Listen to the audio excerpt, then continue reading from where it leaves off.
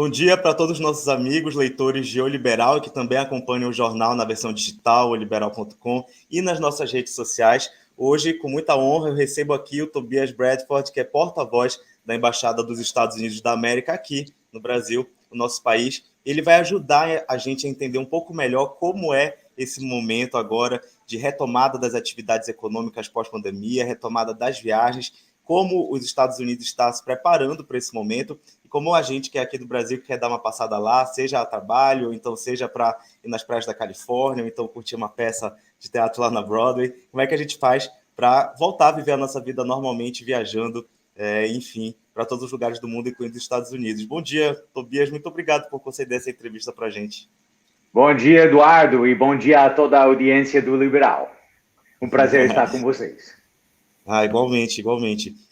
Assim, eu queria começar perguntando, pedindo a tua ajuda para a gente entender, Tobias, como é que é essa nova política de ingresso no país? Como é que os Estados Unidos está lidando com essa política de ingresso de estrangeiros e turistas nesse momento em que a vacinação já está avançada em ambos os países e que a pandemia começa a ficar mais tranquila na maior parte do mundo? Explica um pouco para a gente. Sim, que bom que agora as condições estão permitindo para que todas as pessoas que agora têm visto, são vacinados e têm teste negativo da Covid, já desde o dia 8 de novembro, podem viajar aos Estados Unidos. Então, é uma muito boa notícia, não só para os brasileiros, mas também para os Estados Unidos. Nós estamos muito felizes, muito animados aqui por já poder recomeçar. Isso significa também que desde o dia 8 de novembro vamos retomar as entrevistas para novos vistos também. Então, é algo muito positivo para todos. Que legal, que bacana. E assim, quais são os procedimentos necessários? Alguma coisa mudou em relação ao que era antes? Quais são os procedimentos necessários? Que tipo de documentos as pessoas precisam juntar para realizar esse pedido? Explica um pouco para a gente sobre esse processo, início, meio e fim, para poder ter esse visto concedido, por exemplo. Ok, primeiro, as pessoas precisam de 3 coisas. Primeiro, o visto, obviamente. Segundo, o comprovante de vacinação. Todas as vacinas aprovadas pela FDA ou pela OMS são aceitas. Isto inclui todas as vacinas que a Anvisa aprovou para uso aqui no Brasil. Então, visto, comprovante de vacinação e um teste da Covid, teste negativo, obviamente, feito nos 3 dias antes do embarque. Então, isso é o que a pessoa precisa para viajar. Para fazer o visto, o processo é igual ao que era antes. As pessoas entram no site de agendamento de vistos, seguem as instruções ali e podem já começar a marcar uma data para a entrevista para poder já conseguir o visto. Que legal. E assim, que tipo de documento que é exigido? Muita gente tem essa dúvida, eu sei que vocês têm uma lista, né, lá no site, mas que tipo de documento que a pessoa precisa ter para dar entrada nesse visto? Como é esse processo, Tobias? Então, para o visto, os documentos são todos online. Então, a pessoa pode fazer o upload das fotos, por exemplo. Ele entra com todos a informação ali no site mesmo. A pessoa pode, obviamente, trazer outros documentos para explicar a sua situação, se quiser, mas esses documentos não são obrigatórios. Então, deve ser bastante claro para as pessoas que seguem as instruções lá no site. Entendi. O site qual é, Tobias? Só para o pessoal não esquecer de acessar? Lá mesmo no site da Embaixada, é só fazer uma pesquisa no Google, Embaixada dos Estados Unidos, Brasília, e lá vai entrar nos assuntos consulares, os vistos, e lá tem todas as instruções. É a maneira mais fácil de chegar ao nosso site. Show, perfeito.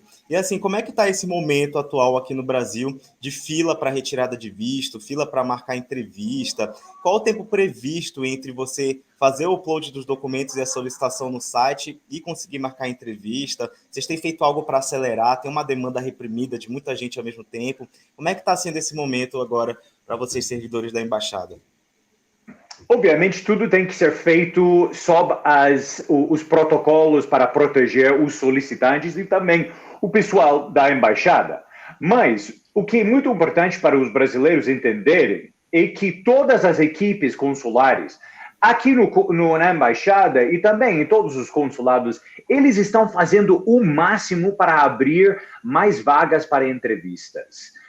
Nós estamos retomando o maior número possível todos os dias e todas as semanas e abrindo, à medida que fosse possível, novas vagas para pessoas. Então, recentemente, nós abrimos muitas vagas, incluindo para o ano 2021, e vamos seguir fazendo isso quando for possível.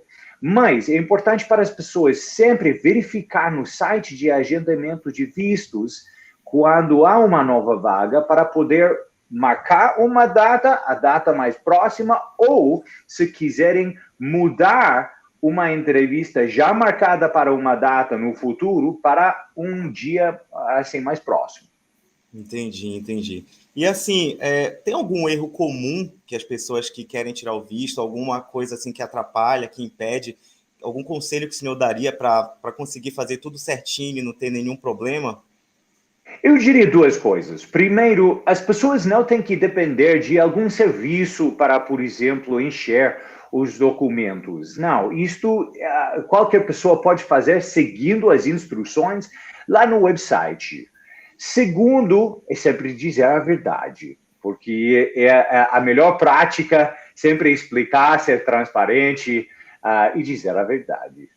Essa vale para a vida, né, Tobias? Não é só vale para a vida, em todas as coisas.